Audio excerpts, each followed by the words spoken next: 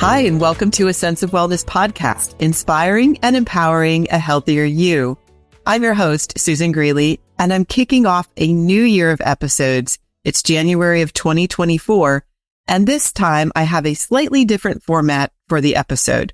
I had a fun walk and talk recording with my latest guest, Gene Gurkoff, who is the founder and CEO of Charity Miles. So I hope you take a listen and enjoy this episode as much as I did. Happy New Year to everyone, and thank you for listening. Good morning, everybody. Welcome to the Extra Mile and to a Sense of Wellness. I'm here with Susan Greeley in Montclair, New Jersey. Hi, Susan. Hi, Gene. Good morning, and welcome on this chilly morning, everybody. Okay, so we're going to get to intros here in a second, but just to kind of paint a picture for everybody who's hopefully walking or running along with us right now. We are in Montclair, New Jersey. It is December 19th, 2023. I am Gene Gurkoff. For those who don't know me, I'm the founder of Charity Miles and the Extra Mile podcast. And I'm here with Susan. And I'm Susan Greeley. I am the Senior Vice President and National Director of Wellness Services at Castle Connolly Private Health Partners. And I am the host of the Sense of Wellness podcast. And we thought, since we both have a podcast, that we'd do a doubler and put this out on both of our podcasts. And so for those of you who are regular listeners of Susan's podcast and might be a little bit unfamiliar with the format here, I usually record my podcasts on a walk or a run, and we invite the listeners to walk or run with us. So Susan and I today are on a walk in Montclair, New Jersey in Brookdale Park. Gorgeous morning. A beautiful morning. It is a beautiful morning after a monsoon. 2 days of a monsoon. And it was quite flooded. And it's a little bit chilly, blue sky, and hopefully wherever you are, you can take this podcast out on a walk or run with us. Yes. And for all my listeners and your listeners, I'm all about inspiring and empowering people to make positive lifestyle change. Everybody, I'd say, who listens to my podcast knows that I am obviously into exercise and spreading good in the world. And we're here to motivate people to make, doesn't have to necessarily be New Year's resolutions. However, we are talking about that, how to get going in the new year and make some positive change and actually make and stick to New Year's resolutions. You know, we're all about like 2024, a great year. Yeah. So Susan, can you share a little bit of your background with the listeners of the Extra Mile podcast and those listeners of your podcast that might not know it yet? Okay. I am a registered dietitian nutritionist, RDN, of close to 30 years. I work in concierge medicine. So Castle Connolly Private Health Partners is a concierge medicine organization. We partner with physicians. I run the wellness program that focuses on 4 pillars of wellness, being sleep, exercise, nutrition, and stress management. And I work with a team of health coaches. I run a team of health coaches, and it's all about helping people achieve better health. So my team works one-on-one with our members. I eat patients, and then I do a whole bunch of activities around that, including my podcast and including events that would be based on one of those 4 pillars. So sometimes I do exercise events or stress management events or nutrition, and it's hard to do sleep events, but I do focus on all 4 pillars since they're all so closely tied together. And one aspect of exercise, Gene, that you and I know is this chilly weather and getting our blood flowing is actually very good for everybody's brains. So I'm really grateful that we're out here doing this. And it's waking me up this morning. I told Gene that I just got a new puppy for Christmas. It's a whole new world. I made the plunge. What kind of dog? It's going to get me out walking all the time. I got rescued a pointer mix, and he is a love. Very nice. Yeah, love at first sight. Yeah, dogs are great for all sorts of physical pets. Yeah. Dogs, especially that get you out for a walk. So go ahead. I'm sorry. After you go. I think my brain's going now. I also am a cookbook author. I have written a diet and cookbook called Lighten Up, and I do, of all of the things that I do wellness wise, what's true to me too is still helping people eat better, and then also obviously layering on other aspects of health and wellness and exercise. So we can cover eating, sleeping, exercising. Yes. Okay. And running, walking. But with Castle Connolly, you focus on, you help the practitioners that are helping the actual patients, right? Or are you working with the patients? I work with both, all of our physicians and all of our members. On the way here, I got a call from a member who is in the hospital and needs help with his kidneys. Yes. I know. I never know what's coming at me on a daily basis. It's really interesting. And constant communication with our physicians. It's a very collaborative approach to health. And that's what makes a difference for people, where they're supported. Their doctor doesn't just tell them what to do. They then have this extension of that care by working with one of my team. We all need support. I wouldn't be out here if it weren't for you on this chilly morning. Right. Well, I'm sure we can even kind of layer that into the power of having like a buddy or a community to help you so that you don't have to go on the journey alone. I know for me, having someone to run with in the morning definitely can help me get out there on those. That's why I got a pointer. I think my dog needs to help me do that and get back to running. You and I were talking about that. We're both active runners. But as far as charity miles, I want to switch gears to you, and because your background is not in the world of exercise necessarily, right? You have a very interesting background. So tell me, Gene, about you and how you ended up founding Charity Miles. Sure. So I grew up here in New Jersey, town next to Montclair here, and went to high school here in Montclair. And beautiful. I was always pretty active, but I didn't have like a background in exercise or anything, but I grew up playing sports. When I was in law school, I started to run marathons to raise money for Parkinson's disease in honor of my grandfather who had Parkinson's. And this was a long time ago. It's crazy to me to think about how long ago I was in law school. 2002. Harvard Law, right? Harvard Law. And I just got very involved with the Michael J. Fox Foundation and other charities too, because at the law firm that I was working at, whenever, if a partner was on the board of a different charity, I would often do some legal work for the charity. And when iPhones came out, everyone was talking about apps, and I just had an idea for this app so that people could earn money for charity when they walk, run, or bike like me. Okay, so tell my listeners, what is this number one charity app that you are the founder of? Because so Charity Miles, for those who don't know, it's an app that allows people to earn money for charity when they walk, run, or bike, or do other activities. And we've been around for 11 and a half years, which is crazy to me that I've been doing this for that long. And I think more than an app, it's a very special community. We have people all over the world that do it. We've had 8 people walk or run across the United States with it, including an 11-year-old boy. Wow. And one person did it barefoot. One person did it with Parkinson's disease. And we have people that walk their dogs every day with it. And it's really an incredible, incredible community to be a part of. So I know Castle Connolly will be joining us as a part of our community. Exactly. So we are excited to welcome all of you into our community as well. And we're trying to build this community. That's what, together. Absolutely. I think, for listeners, Gene and I are both passionate about that. It isn't just about the individual. And of course, your app and company are all about giving back, giving to charities. So as far as that goes, how many charities are within the app? Can you tell us about that? How does it work? Do you pick one? Do you pick multiple? So we actually, for a while, we were doing it where we had like direct partnerships with all these charities that we worked with, and we had about 40 or so charities. Okay. But every day, charities would be reaching out to us wanting to be in the app. And we didn't really have the infrastructure for that because we're a very small company.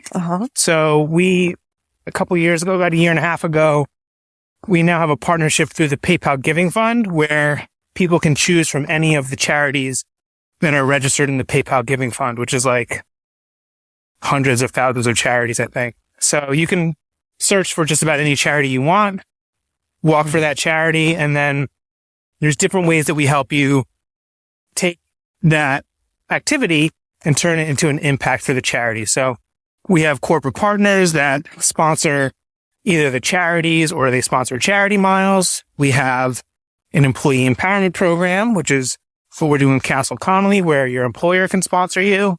You can do peer-to-peer fundraising where you ask your friends to sponsor you. And there's different Many ways. Many Exactly. ways. That's the most important thing. So we're trying to get people to, to move more, to engage more people, to walk while, passively giving to a charity of choice. Well, is that how it works? The word passive is not the word that I would that's use. A bad word. Yeah. That's a bad word. I'm sorry. Yeah. Actively. Cut that out. But you know what? For some reason, Susan, it's saying that the battery is low, which is strange. Oh, no. Well, so we'll keep it going as long as we can. I had a new battery in here, so I'm not sure why it's saying that it's low. But I had a thought, and that's why. But we'll keep rolling with it as much as we can. So, yeah, that's what a lot of people say is, oh, this is a great app because, I can just take what I was doing anyway and, make an impact for charity, earn money for charity. I was going to be walking anyway. And that's something that was kind of like what I thought of when I started the app. Okay. But I really learned that, and actually, to paraphrase somebody you and I both know, Jesse Hitzler. So Jesse, who's been on the podcast, taught me that normal is broken. Yes. Is something that he says. And I've kind of taken that to say that anyway is broken. So if we just keep doing the thing that we were going to do anyway, right, then nothing's going to change. I completely agree. Yeah. So nothing changes if nothing changes. And the way that we got into this mess, whatever that mess is just by doing what we were going to do anyway. Right. So for me, whenever you ask somebody, why do they download charity miles? They usually say, oh, I was going to be walking anyway. I figured I should do it for charity. That's great. But, the secret is that you weren't going to download the Charity Miles app anyway. Even just doing that was something different than what you were going to do anyway. Doing this podcast on a walk is not something that we were going to do anyway. Definitely not. So what are these little things that you can do in your life that you weren't going to do anyway that you can change? Because those are the changes that add up to making us healthier, to making us happier, to making the world better. So if there's a change that you want to see in the world, whether it's personally or for a charity or anything else, you've got the first step. You've got to change. You got to take the first step. You've got to change what you were doing anyway. It's not going to change if you just keep doing what you were doing anyway. Right. That's the definition of insanity, is doing the same thing over and over and expecting different results. So. No, I'll reinforce that. We have to, and I do this in my own personal life, and it's what I coach others on. Setting goals is important, I believe. And meaning pick something new that you're not doing now. Right. Exactly to that point, and challenge yourself. And that challenge doesn't have to be something extreme. And I like that about in your bio and your history, Gene. Not everybody has to go out and be a marathon runner. Right. Right. Yep. But challenge yourself in some way, physically and mentally. And I think that is so important for all humans. Push yourself out of your comfort zone. And year by year, that's what gets us to achieve more. So let's say your comfort zone, you're a couch potato. And by listening to us and downloading Charity Miles, you say, you know what? I can get out and walk a mile a day. Start small and, slowly increase that. So you and I both are all about behavior change. In fact, I know that you even more so have so much experience with helping people understand behavior change. Like you're very into the science behind behavior change. So maybe we, talk about that. Well, you first, because you're actually trained in it. I'm an amateur. I would say I've just picked very smart amateur. Along the way. Yeah. So that's exactly right. I have been focused on that for my entire career, getting to, the crux of, problems with people and their health is where I come from, of course. And it requires change, and change doesn't come easily to people. Our behaviors start in childhood. So how do you then get to, with diet, for example, you grew up on, unhealthy foods and you want to lose weight in your 30s or 40s or 50s or at any point in your life, but you have these deep rooted habits. So first of all, you have to start by becoming aware of what you actually do. And a lot of people are simply not aware of their current habits. And so let's say you've done that. You're very aware that you're eating cookies every night or without, something simple like that. Then you have to take small steps. instead of saying, I'm going to lose 100 pounds in 6 months, you have to start now and you have to focus on what you can do daily and consistently. And all the research shows that the daily consistent behaviors are what leads to bigger change. And so I like to tell people one of my little taglines, which I have multiple, is that small changes do make a big difference. And they really do. We say lots of littles make a lot. Yes. Okay. Same thing. I like that. So, lots of littles make a lot. Small changes make a big difference. And having that ongoing support. I mentioned that before. Mm-hmm. That is absolutely the key differentiator for most people to sustain changes. And and that ongoing support could be 2 weeks for somebody. It could be 2 years for somebody else. That really varies, mm-hmm. but it's hard for most people to make change without some external support. That's what I've experienced. And what kind of external support do you mean? So that could be the actual coach, a person, mm-hmm. but for others, it could be just this podcast. You know, it doesn't even have to build in that accountability that a coach would do for you. It has to be some sort of external factor, such as an app, a reminder. You know, some people really like digital things. They don't need to connect with a human, in other words, but they need mm-hmm. some sort of outside push, I want to say. Okay. Versus external motivation. So you mean external motivation or external, like reminders, accountability, reminders? Yeah. So for me, I think of accountability as when you're checking in with another person, mm-hmm. and that helps for a lot of people. I guess if you don't, you can create that accountability too, such as by logging in an app, you know, when you food journal or you mm-hmm. exercise journal or anything like that. That's accountability too. And that absolutely counts. That's very effective for many people. So you have to know yourself. For others, it's their partner. Like maybe it's your spouse. Maybe mm-hmm. it's a best friend. Maybe it's your mom or, you know, something like that. So it doesn't have to necessarily be a health professional.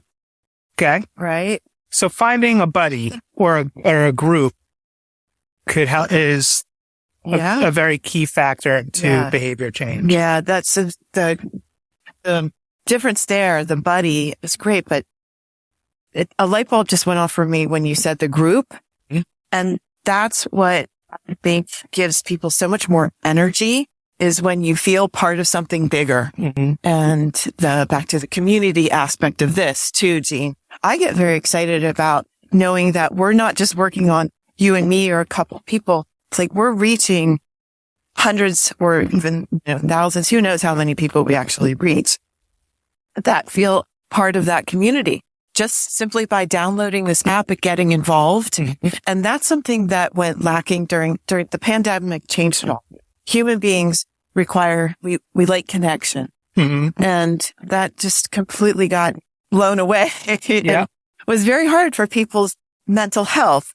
And we weren't necessarily going to talk about mental health, but I see that that's actually the biggest problem right now is people feeling very isolated, feeling down, depressed, anxious, because they're trying to navigate a way back to that connected life that we had pre-pandemic. I mean, here we are approaching 2024. So I don't necessarily like to talk about the pandemic, but it's still affecting so many people.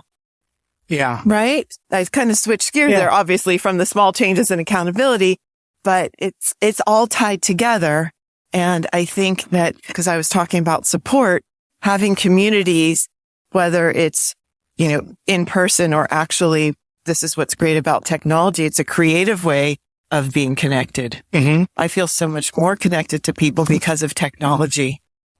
I get random. In a lot of ways, I mean, see people like, I don't really like social media that much, but one really good thing about social media is, when you post your run or you post your walk or you post something that you did, a little physical achievement physically, and you get that kind of social validation from people liking it and giving you a high five. Yeah. Or sharing cool stuff. Yeah. Just simply, educating. You and I wouldn't have met without social media. Probably not.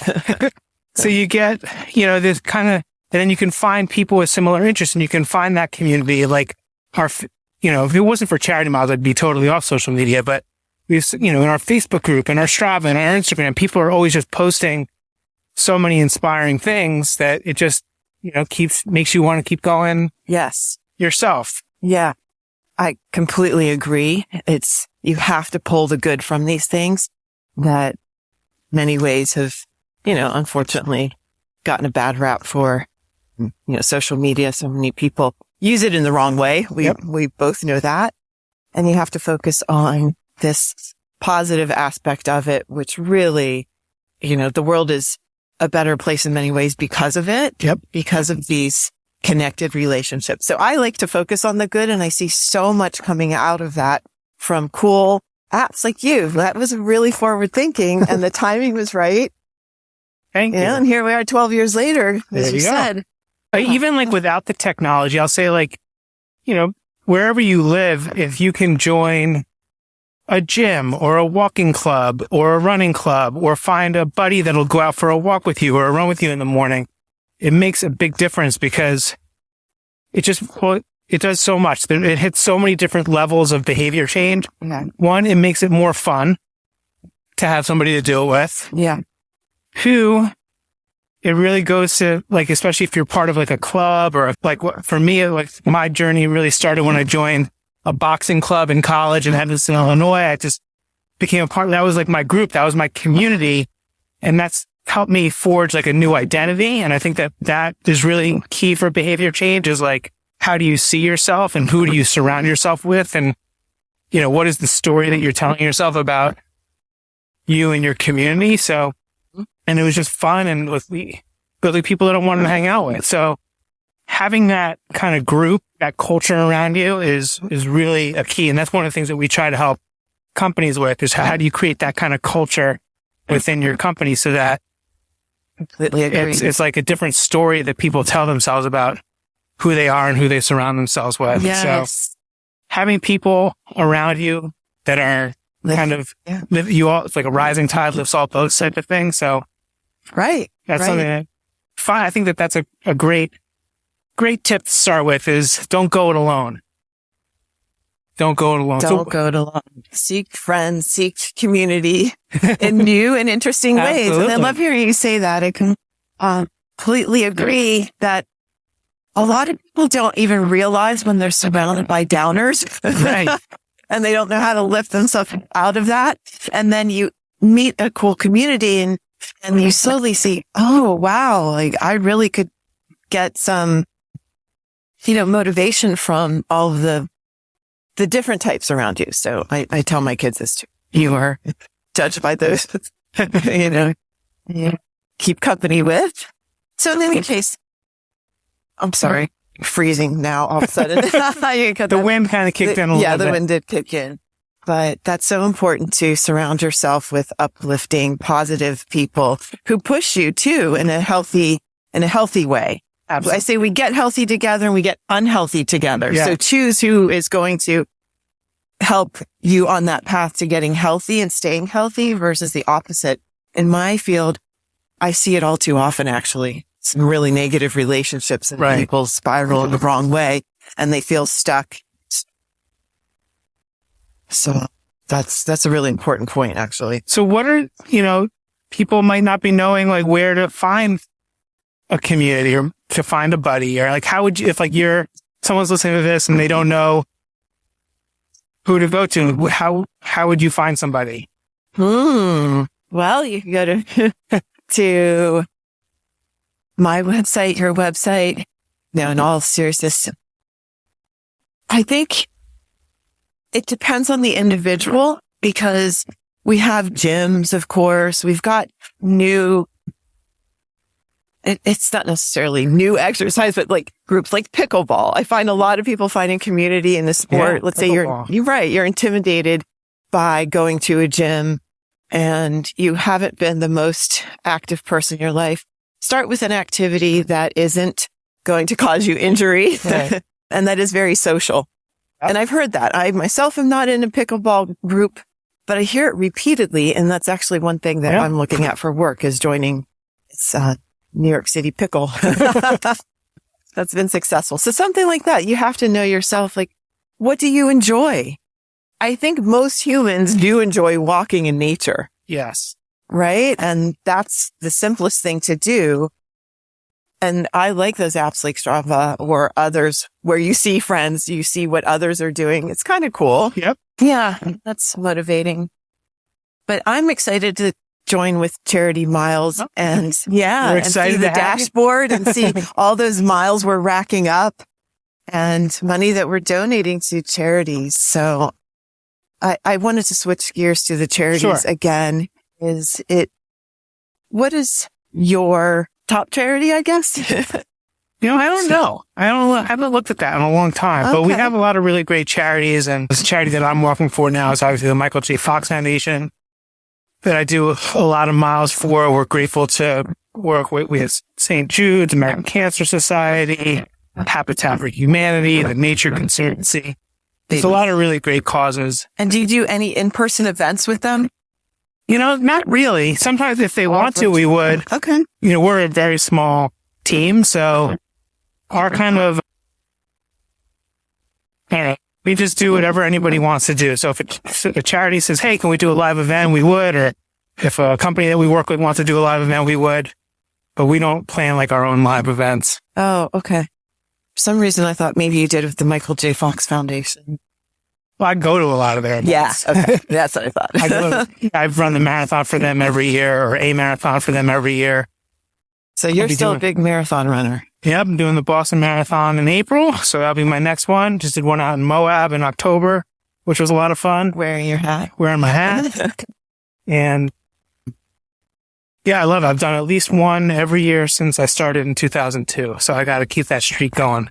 I love that. I support you. Thank you. and I've noticed that with myself as I get older.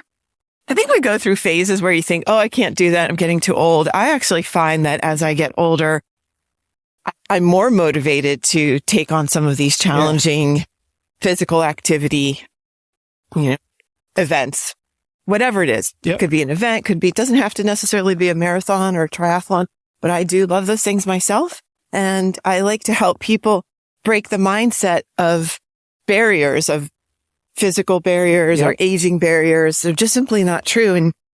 And developing that positive mindset and also having the people around you, again, that group, that community that says, you can do it. You push through it. I experienced that this fall at that. Oh, yeah. You went to the Running Man. Yeah, I did. And did my first ever half marathon, which I didn't think I had in me.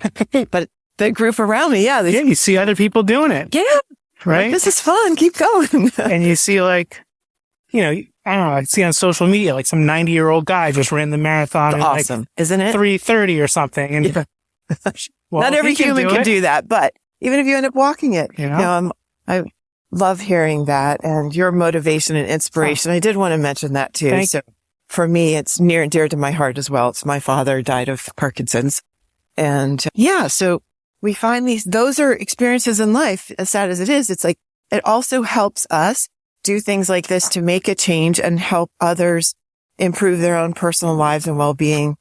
With that in particular, the exercise, I know this, I always take it back to health and wellness and lifestyle. And why? Because we have so much chronic disease in this country. And that's my passion, is helping people prevent decline as we age. And exercise keeps our brains sharp. It's so important for our mental and physical health. 100%. Yeah. And that's actually going back to what I was saying before about anyway. Something that I learned very quickly early in the Charity Miles journey is that, I started this because I wanted to raise money for charity, particularly Parkinson's disease, but obviously lots of charities. And I very soon kind of learned that raising money isn't really what this is about, because even a disease like Parkinson's disease is like a multi-billion-dollar problem. We cannot raise enough money to solve that by walking. So cancer is hundreds of billions of dollar problem. Like every single one of these causes that we're walking for is a huge problem. We cannot raise enough money to solve them. We have to change the way that we're living. Exactly. So I call that raising vibration. Yeah. Raising vibration. I like that. Yeah. So, walking is like the number one thing that you can do to halve your risk of most of these diseases. For every human. That's not to say that we don't want to raise money for charity, because obviously we do.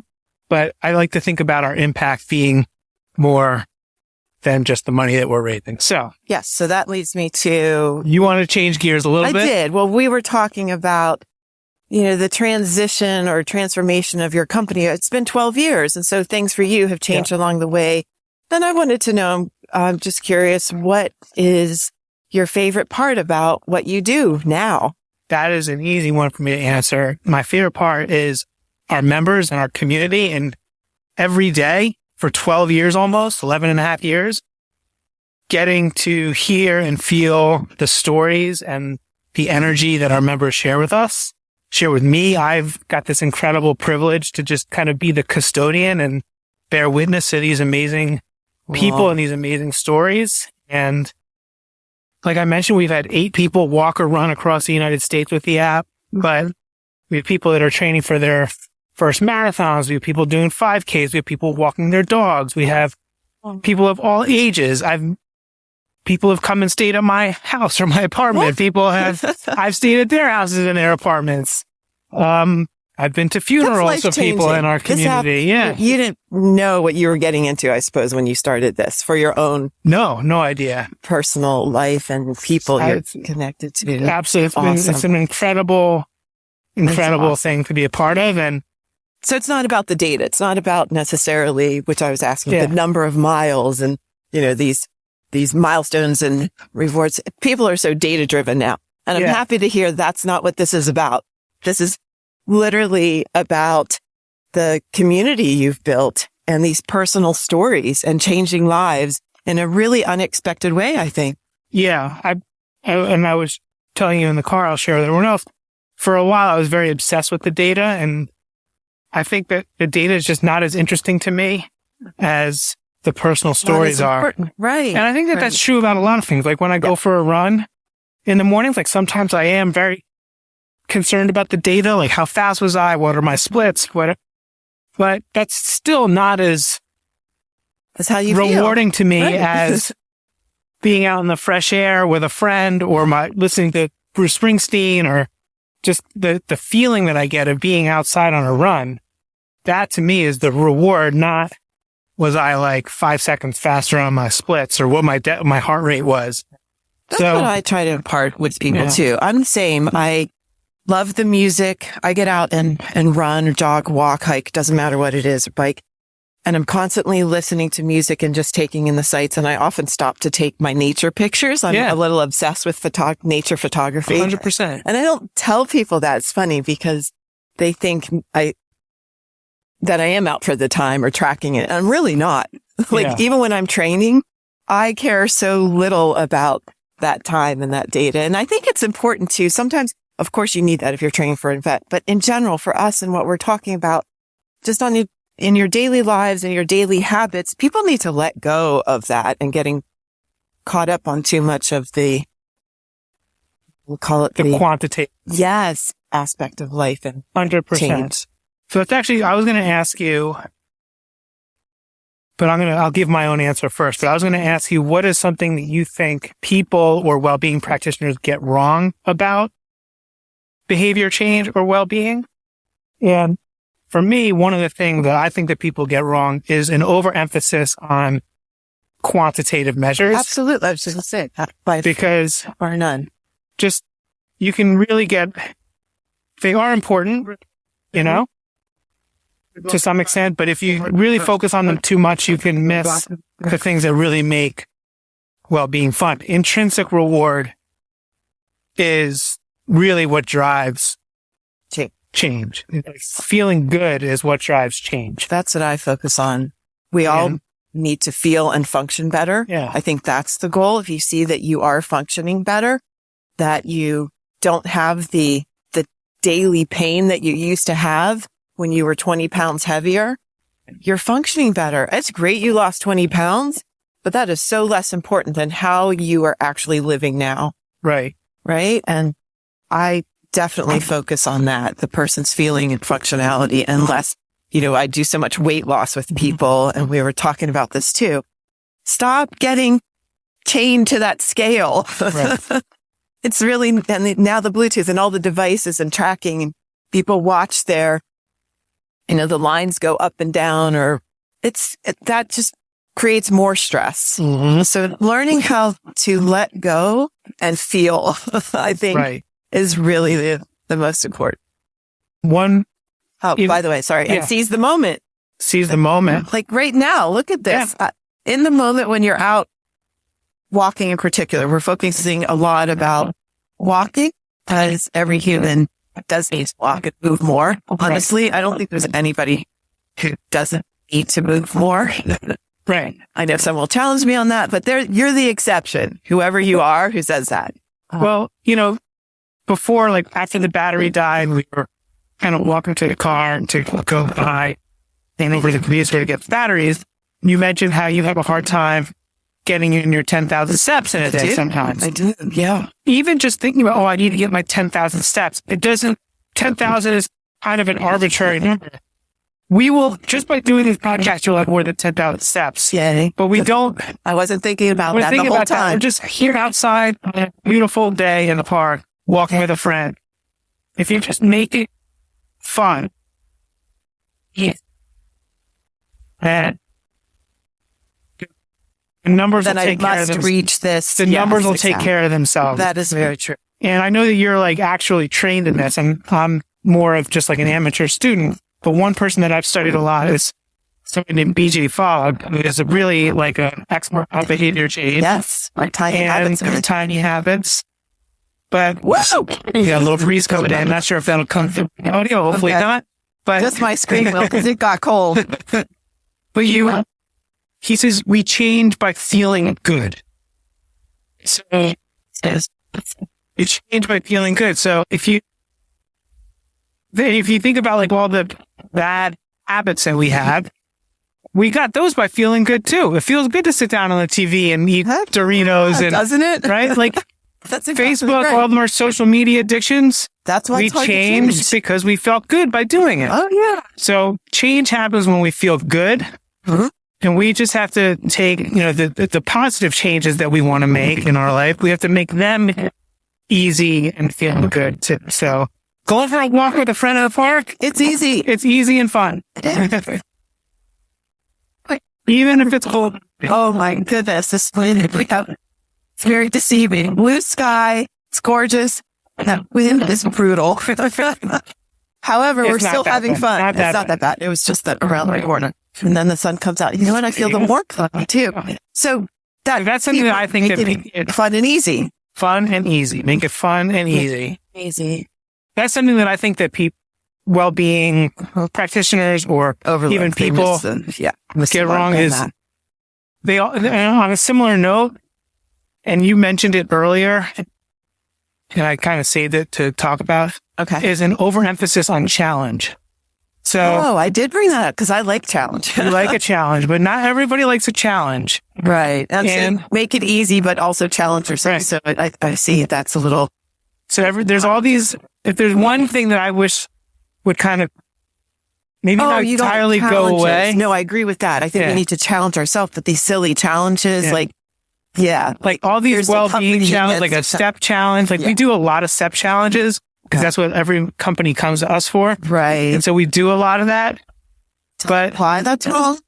It's because it's like for this specific period of time, anybody can do anything for that week or 2 weeks. Or I had one guy do the most weight loss cycling I've ever seen in my life every time his company did some weight loss challenge. And he was so unhealthy and so frustrated by the time he ended up with me. It broke my heart. He's like, I have lost and gained more than 200 pounds. Like, it was terrible. So that's why, we can be anti-challenge in that sense when it comes to wellness and well-being. You don't need these fakes. They are fake situations. Right. It doesn't put you into real change and lasting change, which is what we're all about. And and the word challenge means something hard. Yeah. Nobody needs another hard thing in life. Right. Life is hard.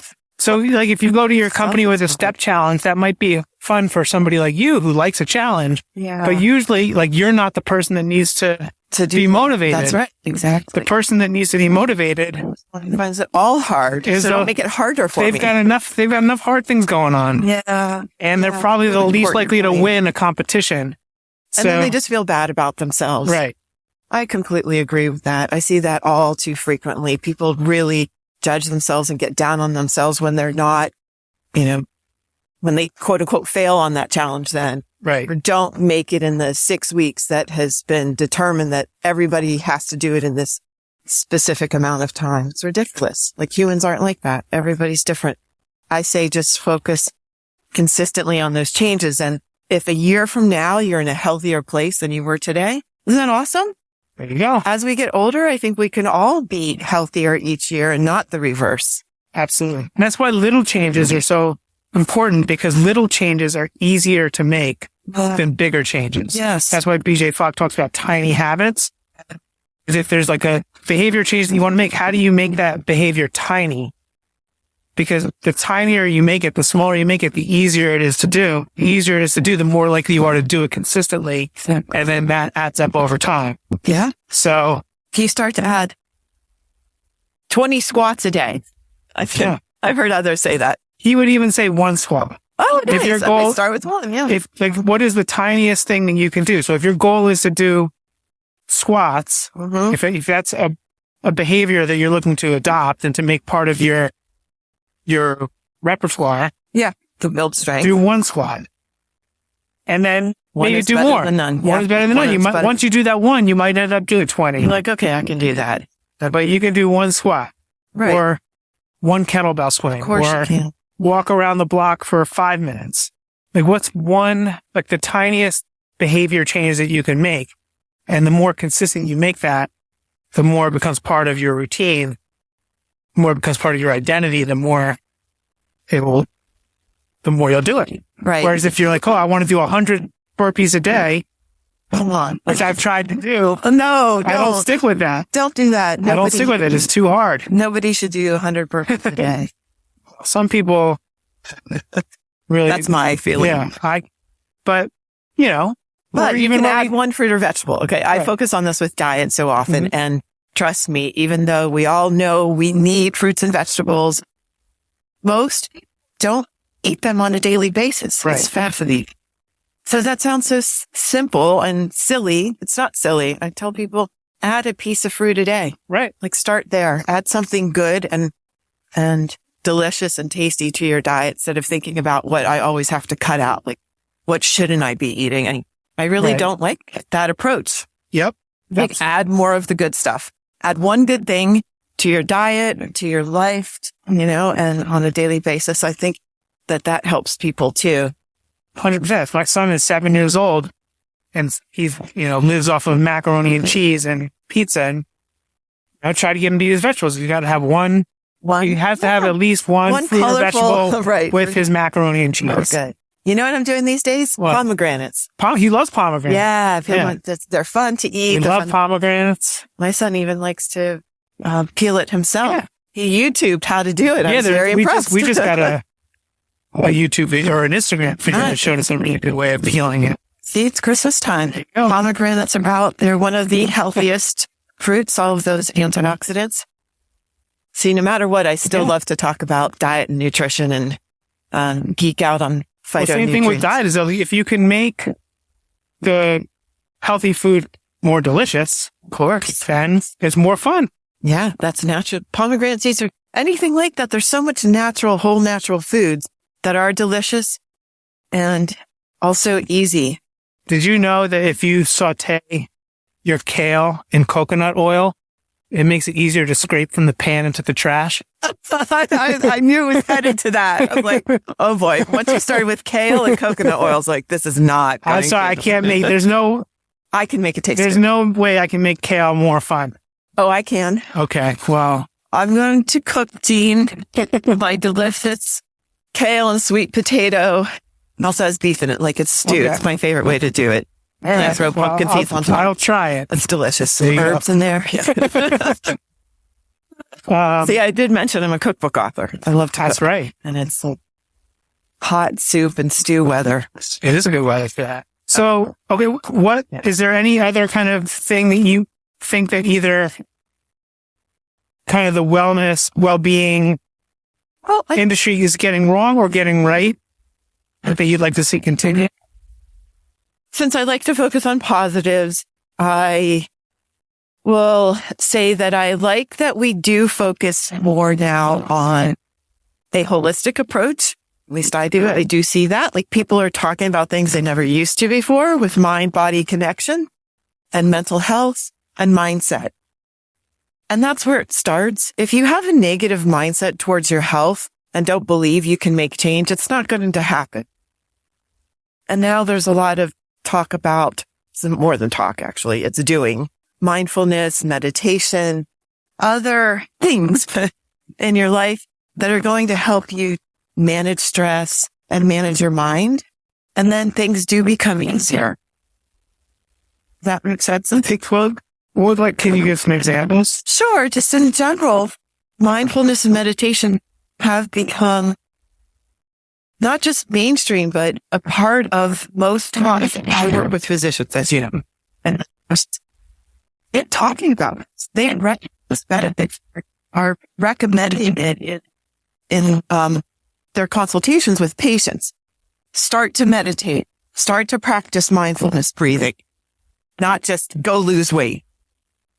Right? It's like tying in other aspects of well-being that are related to relieving stress and sort of calming the body instead of go out and exercise more. Right? It's like it has to be counterbalanced. Right. And that's a really important part of it, actually. So that's my point, is that I feel like it is a much more balanced and. So what would you say to somebody who has a hard time meditating? Oh, everybody has a hard time meditating, right. At least to start. You can't just go out and say, hey, I'm going to begin meditating today and think you're going to, it's a daily. What's an easy, fun way to start? To either start meditating or thinking about mindfulness, practicing mindfulness? Let's start with mindfulness first. Okay. That is us out walking here. Yep. Sorry as I run into you because I just got blown over. Mindfulness starts in the moment. It's bring your awareness right now to the present by taking long, deep breaths. So it's focusing on the breath that makes you come into this present moment. And that is mindfulness. Okay. So that's always a present moment thing. Let's say you were driving and somebody nearly hit you. You get stressed out. You're taking deep breaths, and that helps calm you. You calm your breath. You calm your heart rate. That's mindfulness. I was just talking about this, like stress eating in the kitchen. You got to stop yourself in that moment. Yeah. And so that's mindfulness. Really is just a present moment experience and way of combating stress right now. Meditation works on the long term. It's a long-term effect. Mm-hmm. You can go back and literally repair damage from the past, and also create, I'm going to say this. Sorry, I know we're not a much healthier future. Trying to not sound hokey, but it does work that way. The meditation helps create more. So it's called neuroplasticity in the brain. I'm trying to not, I don't know how much I should say about that, but it's literally improving our brain function. And we have so much scientific evidence for that. So now everything needs to be evidence-based, like that's the word. And, so if it's backed by science, people will adopt it. And I think that that's a good thing when you have the medical community on board with understanding that things that people were intimidated by in the past, they're now embracing. So that's what I see a lot. If I talk meditation, and I meditate daily, and there are apps, and I think it's become so much easier to get started with it. I find it very exciting, actually. So for me, like, I've always had a hard time meditating. And if you told me to sit down and meditate, I couldn't do it. Yeah. That's what, and it might be scientifically backed. And not sure if that's the thing that's going to persuade me to do it. Uh-huh. I've heard all the podcasts that say with the science and all that. It's just like exercise. You have to find what works for you. Yeah. So we do walking meditations with Charity Miles every week. We've got one tomorrow, actually. And they're live over Zoom. They've got these two great women that lead them. And they talk to like a guided meditation. Yeah, it's like a guided meditation on a walk. And don't let anybody tell you that's not meditation. Yeah, I don't know. I don't know if it's not, it doesn't matter to me. Right. It's just like a nice, I go for a walk and I am more, sometimes if I'm just like walking into town, I'm not really thinking about my steps or the way that my feet feel on the ground or my breath. But see, I find that very mindful. Yeah. Too. Like it's meditative, but it's also very mindful. Yeah. So they're coaching us as we walk to pay attention to the way that our feet feel when they touch the ground, the pace that we're walking, the pace of our breath, that's touching a tree, looking at the environment. What are the sounds? And it's something that makes it fun for me to do it. And also gives me a sense of community to kind of tie it into what we were talking about before, because we have people that join from all over the world on Zoom. Do you have kids? I do have a kid. Yeah. Kids doing that? Oh, kids doing it. Yeah. I don't know. I was just wondering. It's during the day. It's usually 1:00 in the afternoon that we do it. So kids are usually in school, but we do have people who join from like other countries where maybe kids join them. Just thinking, because kids naturally get it. Yeah. Right. And they're connected so much and they notice things, whereas adults will be walking through the park and not noticing. So it's kind of a cool thing to feel, to kind of be coached, guided through that mindfulness, to pay attention to certain things and to share it with other people at the same time from all over the world. So that's one plug for our walking meditations is to, if anybody out there would like to join practice mindfulness in a easy, fun, community driven way, we'd love to have you join us. So that you just called yourself out on what do I see that is really good in the world of health and wellness these days? Exactly that, using apps to help you do that. And it's the same. So particularly with mindfulness and meditation, there's so many great apps that people wouldn't be doing it without that. Right. I love that. It helps give you a little bit of guidance. Yeah. I wouldn't have started meditating without several apps that I use. And then also having I do go to a yoga class here in Montclair that, there's a little bit at the beginning and the end of class where you kind of sit there, focus on your breathing. Again, just having that kind of prompt that being told what to do kind of really helps. Yeah. That's when that will lead you. If you can stay there and lie on your mat in your Shavasana, that's a perfect time to lead into meditation. Yeah. Maybe you start with that. Yeah. I sometimes do that at home. I do yoga typically every morning at home. Oh, nice. Yeah. And then I'll lie there on my mat and that's what helps me. I love that routine. It's almost like I've conditioned myself. So it's become easier there. And that meditation takes different shape and form. Some days I like guided meditations. I also like zero sound sometimes. Sometimes I like music. I like mantra based. I love talking about this because it's a thing. And I do feel that there's no right or wrong. It's just this cool area to explore and figure out what you like. I use Insight Timer, this app, and I just love to explore it and try things out. And that's why I've found that meditation has become a daily part of my life because I enjoy so much of what I'm seeing. It's pretty cool. You can so get lost. If you were to, as we kind of maybe wrap it up here, if you were to give people 3 easy, fun things to do that could help them reach their year's resolutions or goals for 2024, what would those 3 easy things? It has to include fun and laughter. And I think that let's see. So I just wrote about this. Okay. I personally do think it's important to laugh every single day. What if you're alone all day? How do you laugh? Yeah. Like I look at too many of those silly reels online, the cat and dog and all the animal things. But laughter, and it can't be downplayed. So laugh more. We've all seem to lost our sense of humor during the last few years.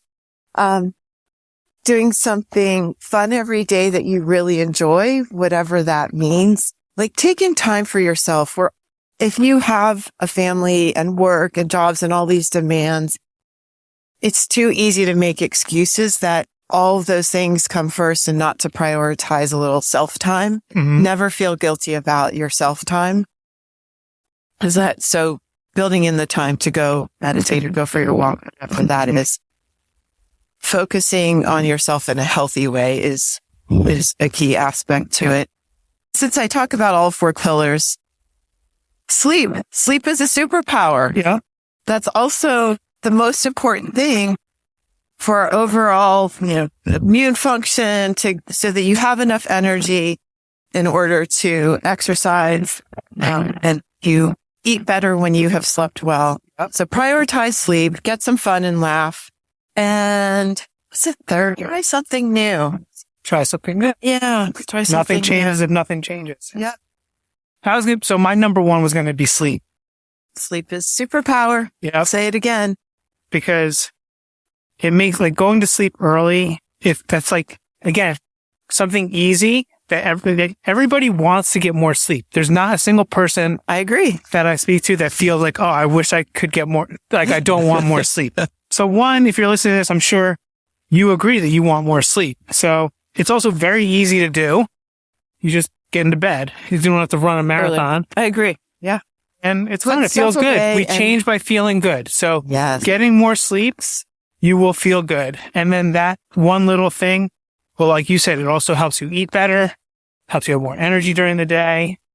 You can wake up earlier to go for a run or a walk or get some exercise. So number 1 for me would be go to sleep earlier. 2 would be drinking more water. Also very easy to do and has throughout the day profound effects on just about everything else.